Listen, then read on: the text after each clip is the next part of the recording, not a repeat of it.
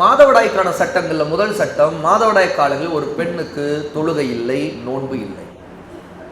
எத்தனை நாட்கள் மாதவிடாய் அந்த பெண்ணுக்கு ஏற்படுதோ அந்த நாள்களில் தொழ மாட்டாள், நோன்பு வைக்க மாட்டாள்.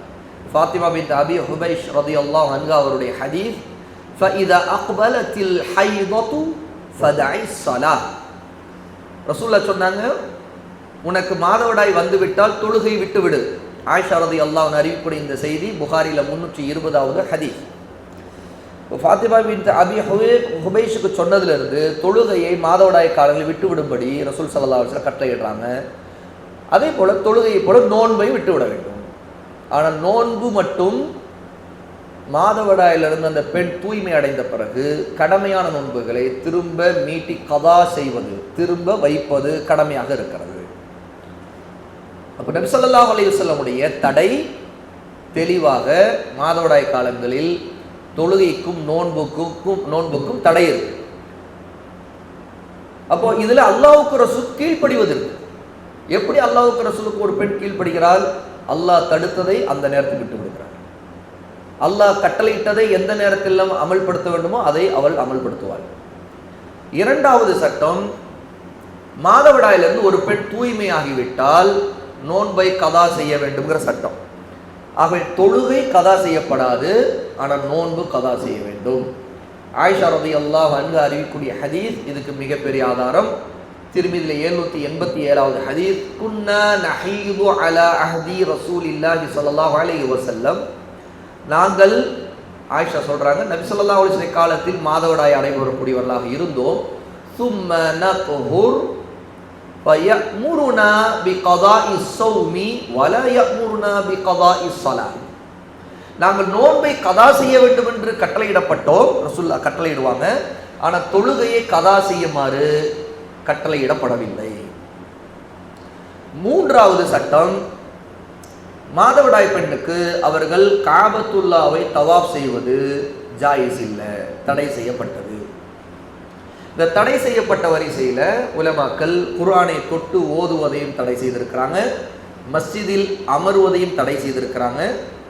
அதே நேரத்தில் கணவர் அந்த பெண்ணோடு உறவு கொள்வதையும் தடை செய்திருக்கிறாங்க.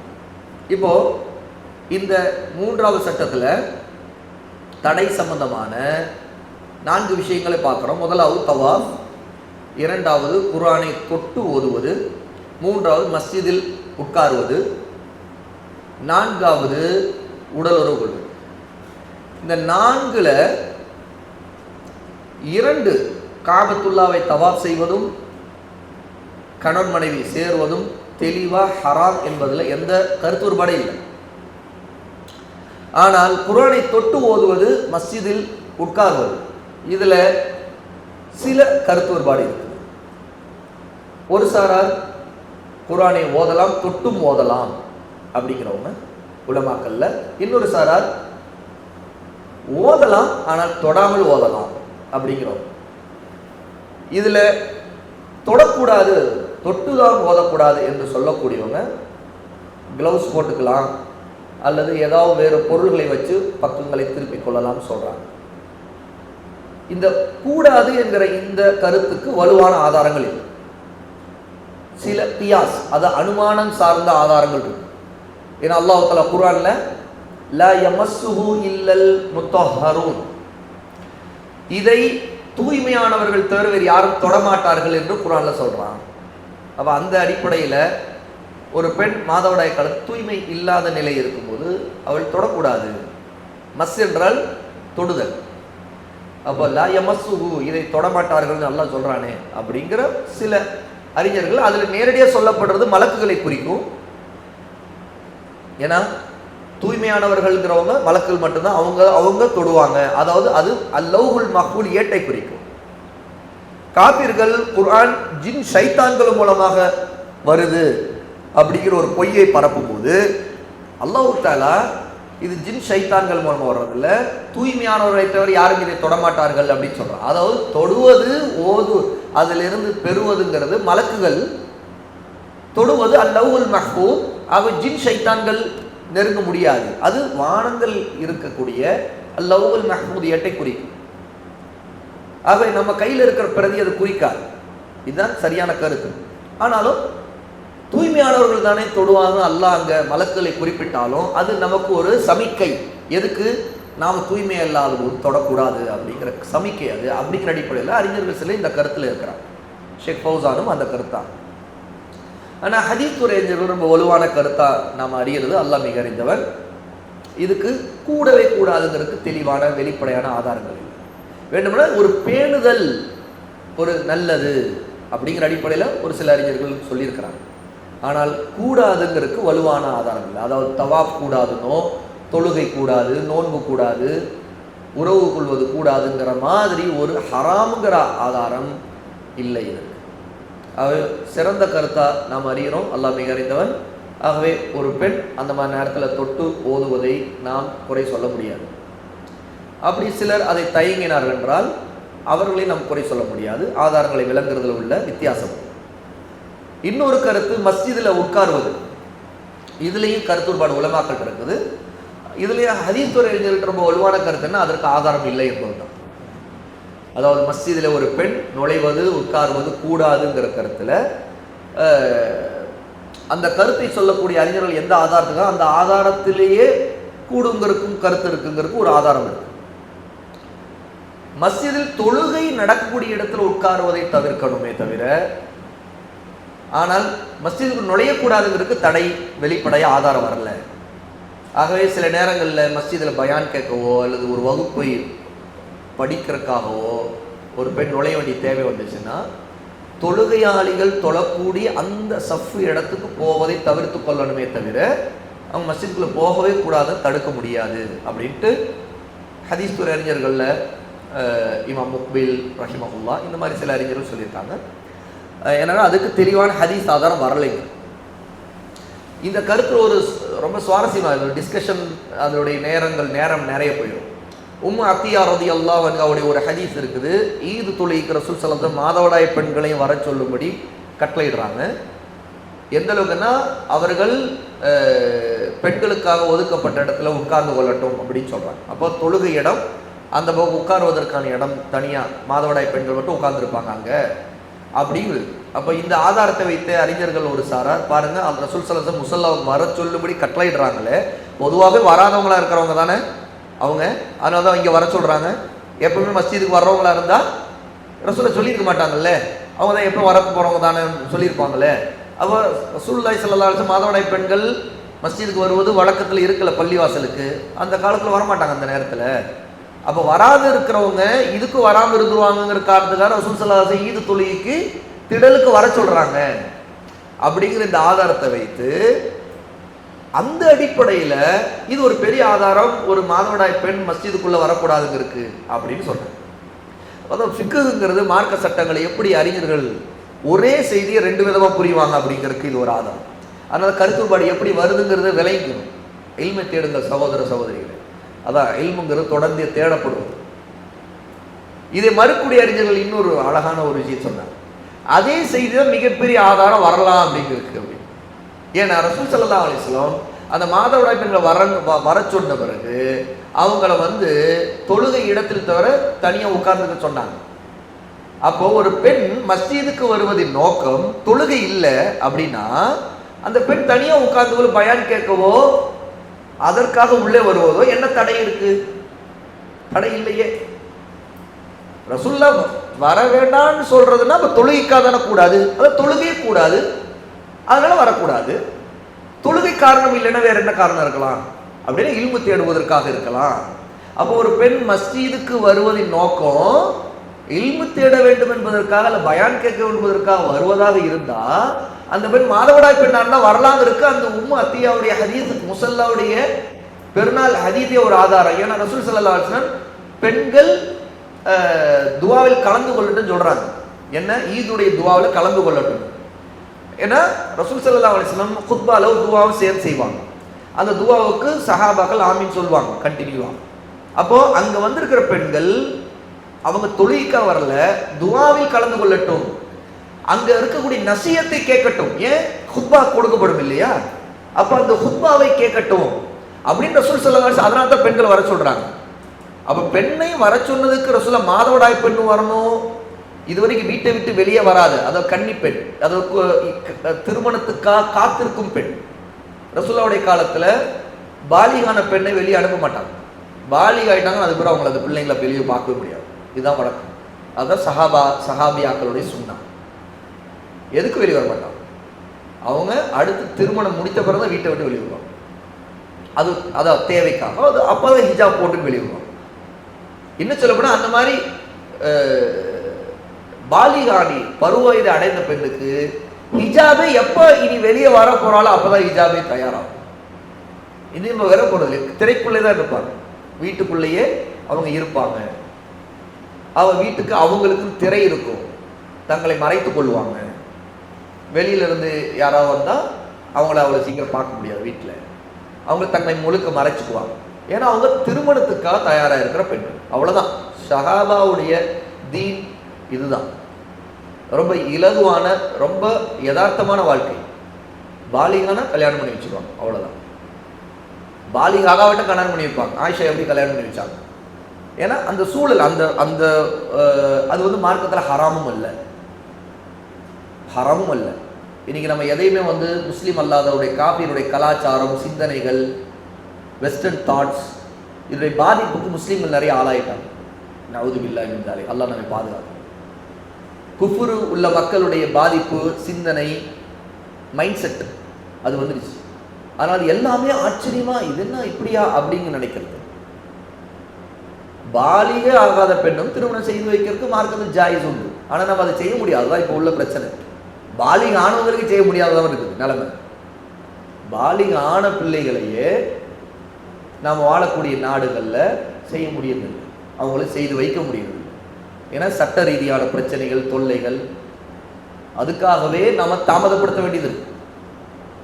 இதனால பித்னாக்களை அவங்கள பாதுகாக்கிறது பெரும்பாடாக இருக்குது. இன்னைக்கு இருக்கிற இந்த சுப்ஹான் அல்லாஹ் மிகப்பெரிய ஒரு மோசமான சூழல்ல நாம் அவங்களுக்கு ஒரு நல்ல ஜோடியை ஏற்படுத்தி குறைஞ்சபட்சம் ஒரு நிக்கா ஒப்பந்தத்தை கூட செய்து முடிக்கிறது.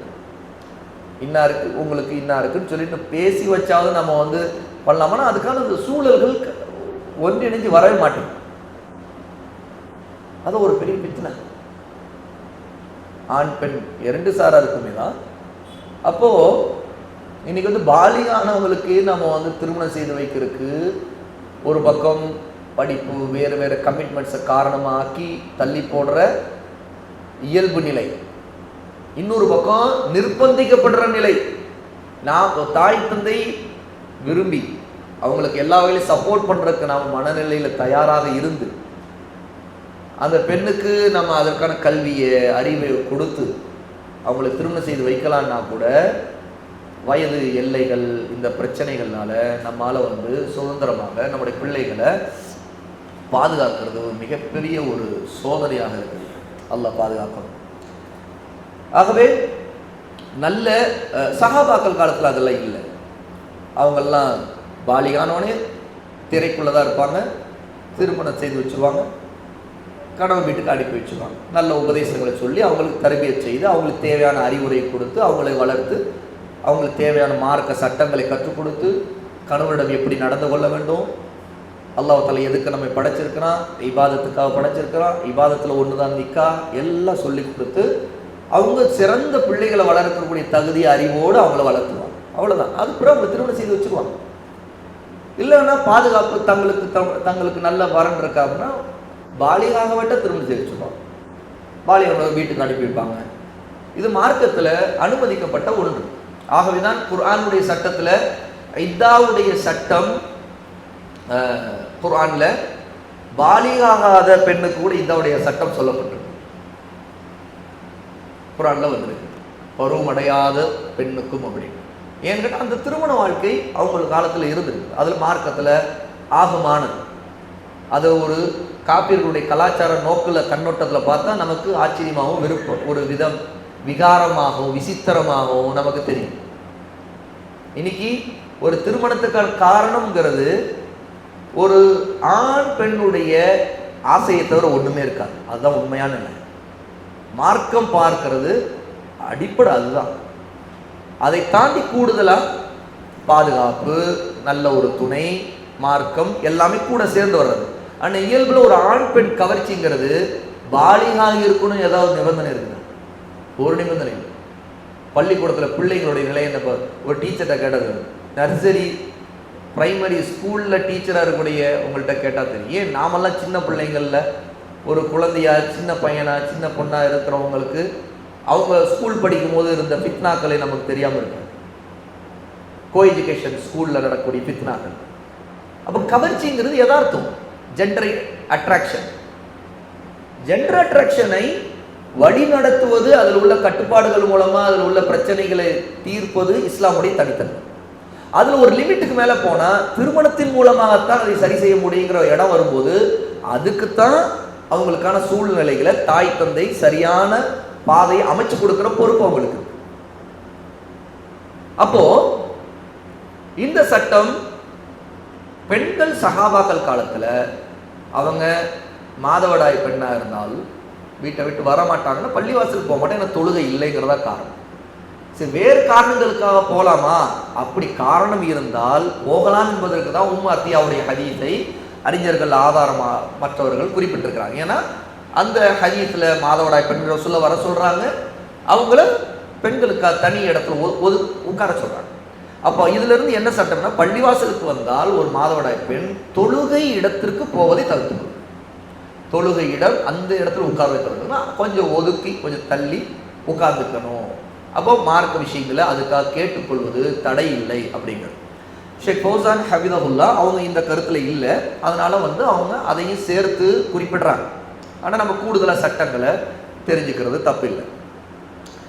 ஆக ரெண்டு விஷயங்கள் தெளிவாக ஹராம். ஒன்று தவாஃப், இன்னொன்று ஜாயிஸ் இல்லை. அதே மாதிரி தான் ஆண் பெண் கணவன் மனைவி உறவு கொள்வதும் அல்லாஹ் தடுத்திருக்கிறான்.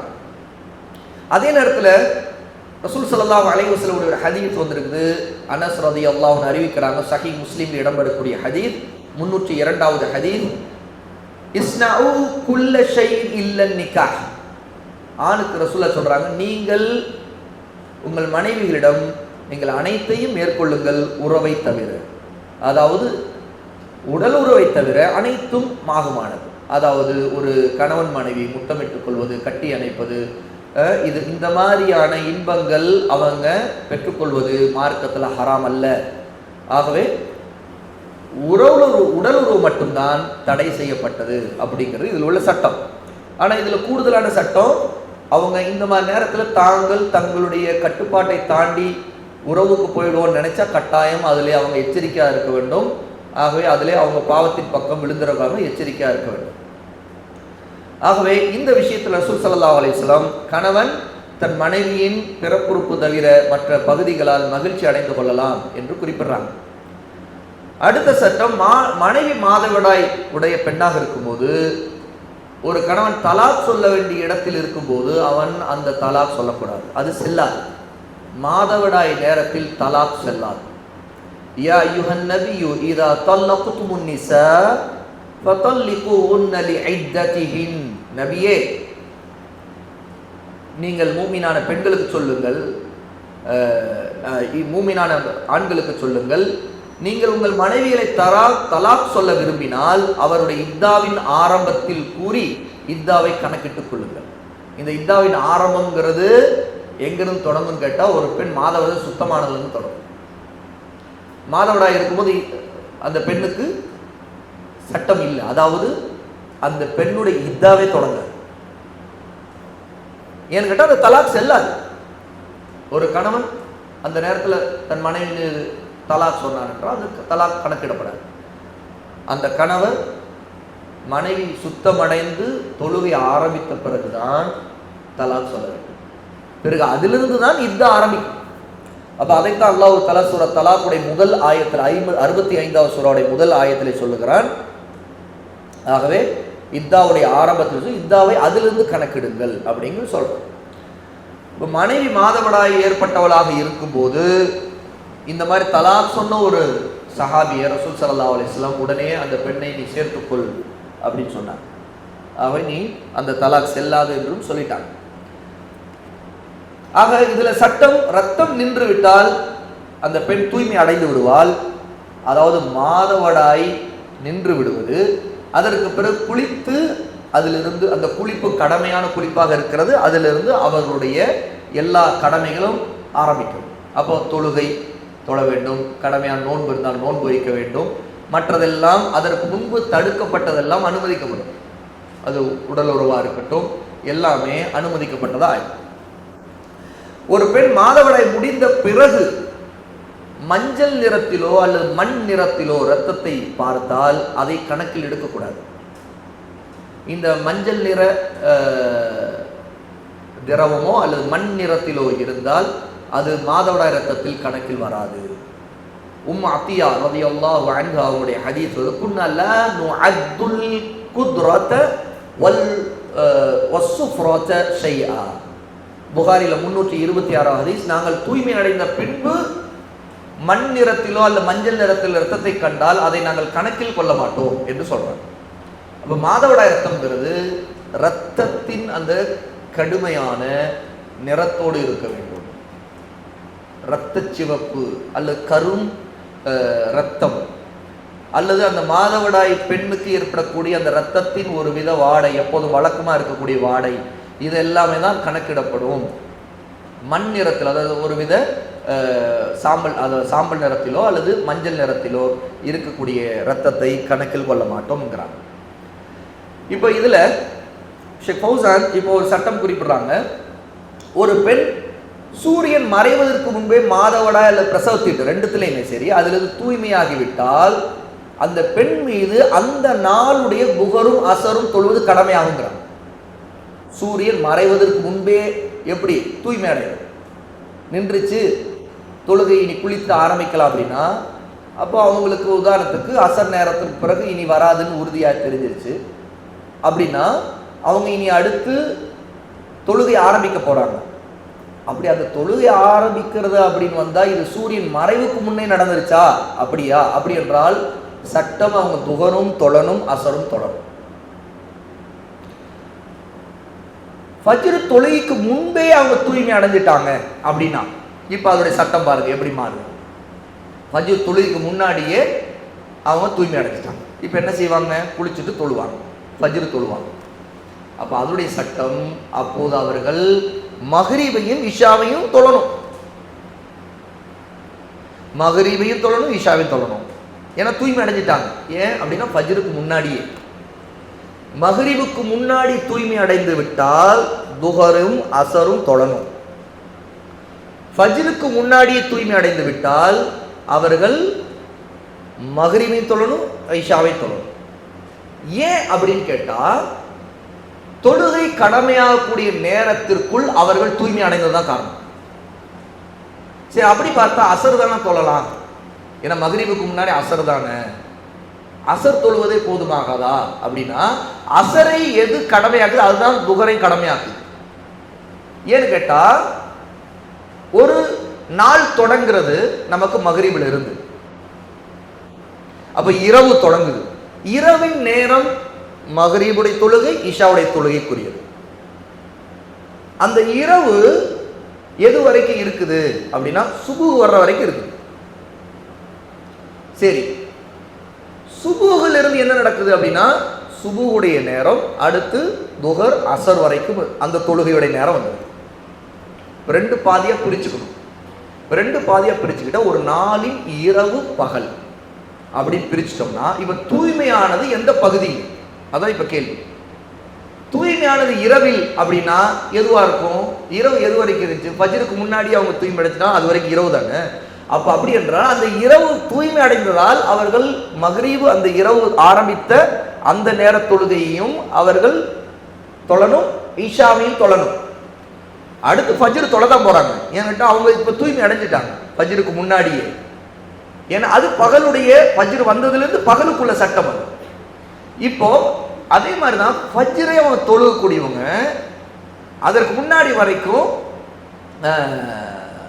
அவங்க தூய்மை இல்லாமல் இருந்தாங்க என்ன வைத்துக்கோ. அதற்கு பிறகு மக்ரிபுக்கு முன்னாடி அவங்களுடைய தூய்மை வந்துருச்சு அப்படின்னா அதற்கு அவங்களுக்கு இருக்கக்கூடிய அருகு இருக்கக்கூடிய நேரம் எதுன்னு கேட்டா துஹர் அசர். ஏன்னு கேட்டா அந்த ஃபஜ்ர் அவங்க தொழ முடியாது. காரணம் கேட்டால் ஃபஜ்ருக்கு பிறகு ஒரு ஹராமான வக்து வந்து சூரியன் முழுக்க உதிக்கிற நேரம் வந்துடுது, அதிலிருந்து அடுத்து நேரம் வந்துடுது. ஏன்னா அதுக்கு பிறகுதான் துஹர் வர்றது, அசர் வருது. அவங்க இந்த 2 நேரங்களும் அவங்க தூய்மையானதற்காக உள்ள தொழுகைக்கான அனுமதிக்கப்பட்ட சட்டத்தில் வரும் அப்படின்னு ஷேக் ஃபௌசான் ஹபிதகுல்லா குறிப்பிடுறாங்க. இதை இப்னு தைமியா ரஹிமகுல்லா உடைய ஒரு பெரிய விரிவான கூற்றை அதுக்கான ஹதீஸ் ஆதாரங்களோட அவங்க குறிப்பிடுறாங்க. இமாம் மாலிக், இமாம் ஷாஃபி, இமாம் அஹமது போன்ற அறிஞர்கள் இதே சட்டத்தை தான் குறிப்பிடுறாங்க. ஒரு பெண் பகலின் இறுதி பகுதியில் தூய்மை அடைந்து விட்டால் அவர் துஹரையும் அசரையும் சேர்த்து தொழ வேண்டும்.